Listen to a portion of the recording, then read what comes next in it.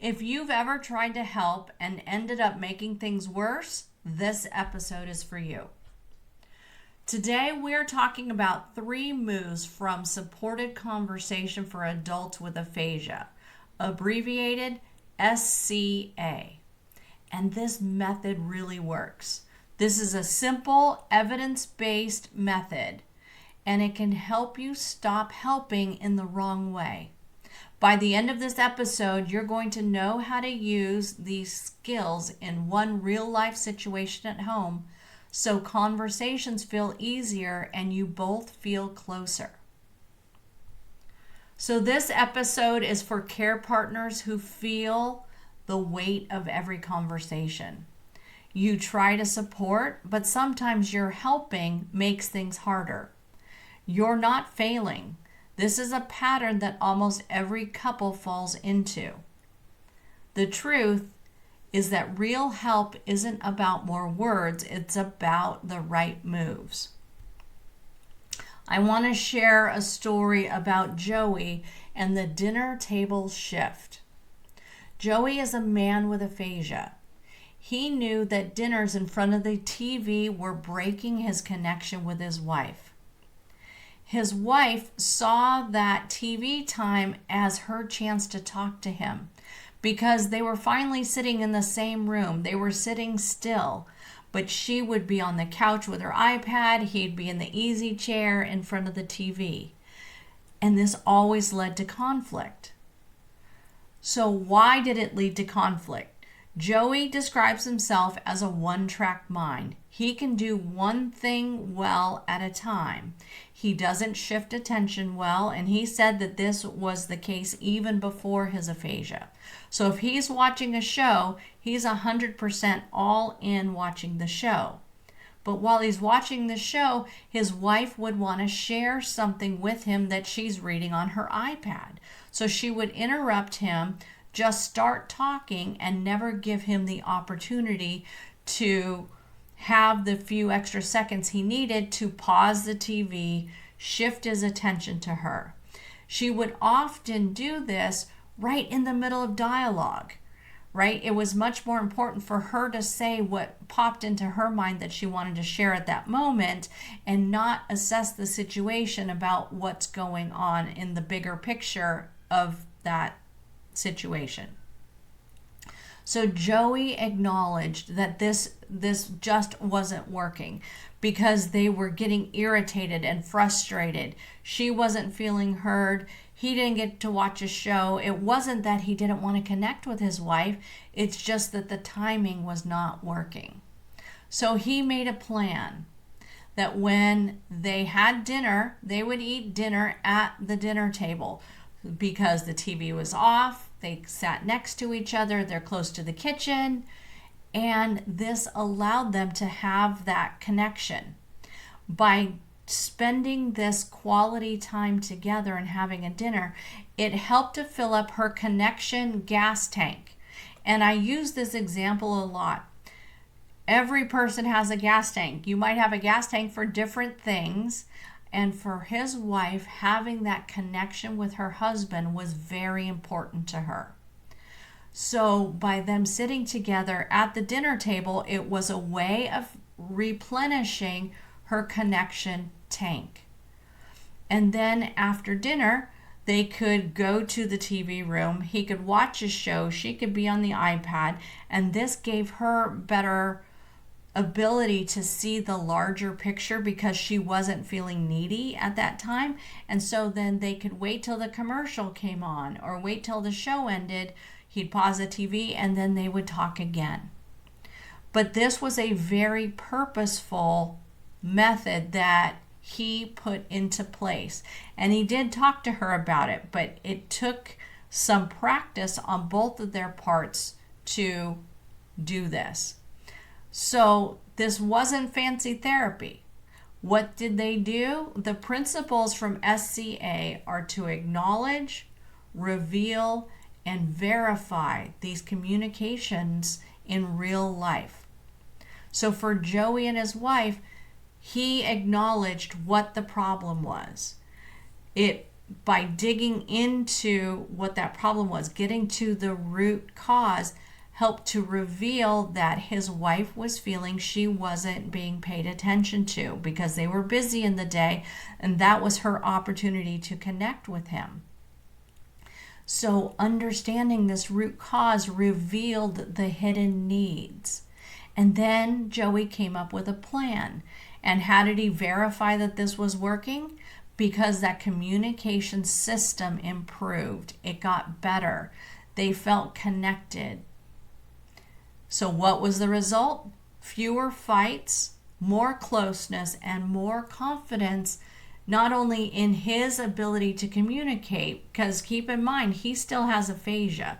His aphasia presented as word finding issues, and that word finding would be worse if he was feeling frustrated, irritated, tired, and it would just turn into, from a little snowball to a much bigger snowball and really damage their connection and communication if they didn't stop to acknowledge, reveal, and verify.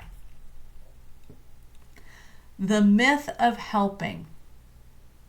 Helping a person with aphasia to communicate often looks like filling in their words for them, filling the silence, or saying something like, "Take your time, honey, I'm waiting." But research shows that these moves actually undermine the confidence in the person with aphasia. Personally, I cannot stand hearing somebody say, "Take your time," because what does that do? Number one, it interrupts their train of thought.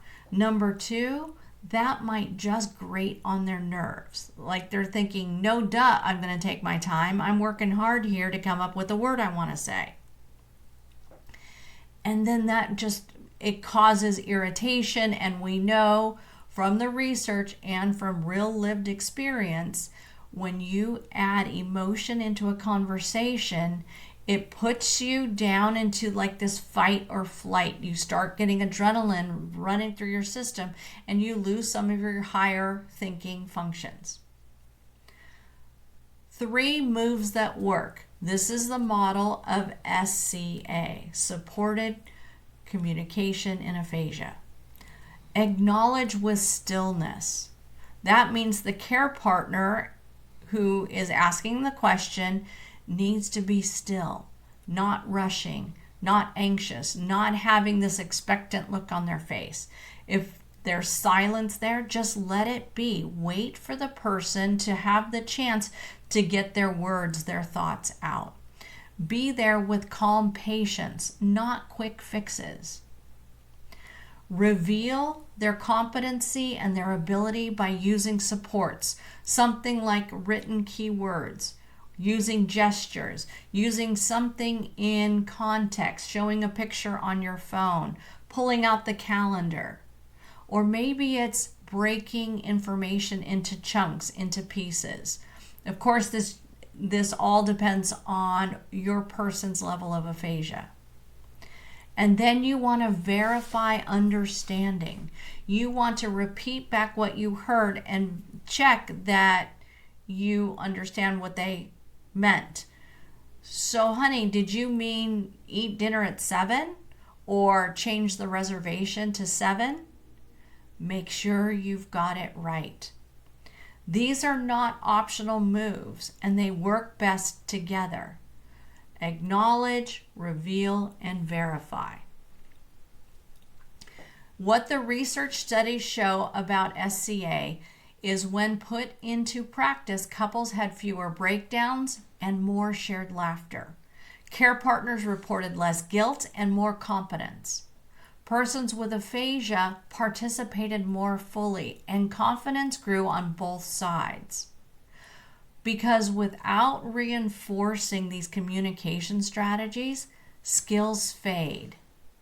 But practicing helps keep them alive. From big rocks to little rocks. Joey identified that a big rock, the biggest problem in communication with his wife, was the dinner time TV battles. What is your big rock? You don't have to pick a big rock. You can start with a smaller rock. Maybe it's communicating about the schedule for the day. Maybe it's about travel plans. Whatever it is about, maybe it's just a small rock that you want to tackle first so that you can build confidence that this method helps for you. The point is, you're not going to tackle everything at once.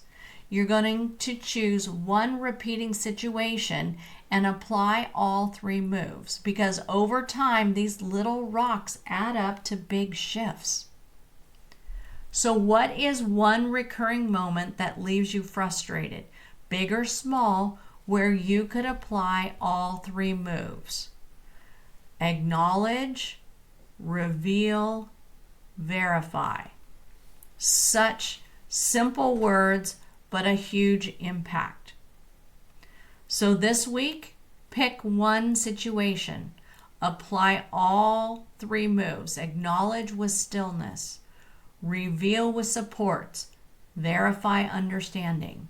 And notice how it changes not just the words, but the atmosphere between you. I imagine that this is going to give much more ease and confidence and comfort in your communication. Real help isn't about rescuing your person with aphasia when they can't think of a word or get across their concept. It's about creating space for your partner's voice.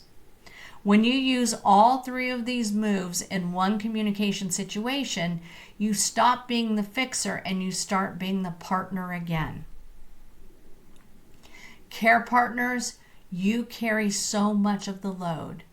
Even though Joey was the one who led the change, most of the time these changes fall to you.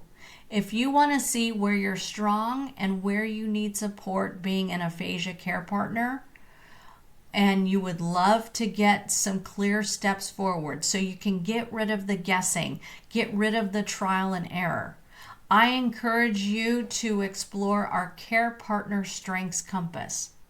This is an online digital tool. You log in, you answer some questions, and you're going to see where are you strong and where you could use some support, where you could use some training. This tool, our compass, is free, it's simple, and it's going to give you some instant insights that you can use today. The link is below. Grab that now. Until next time, listen for life and take back what matters.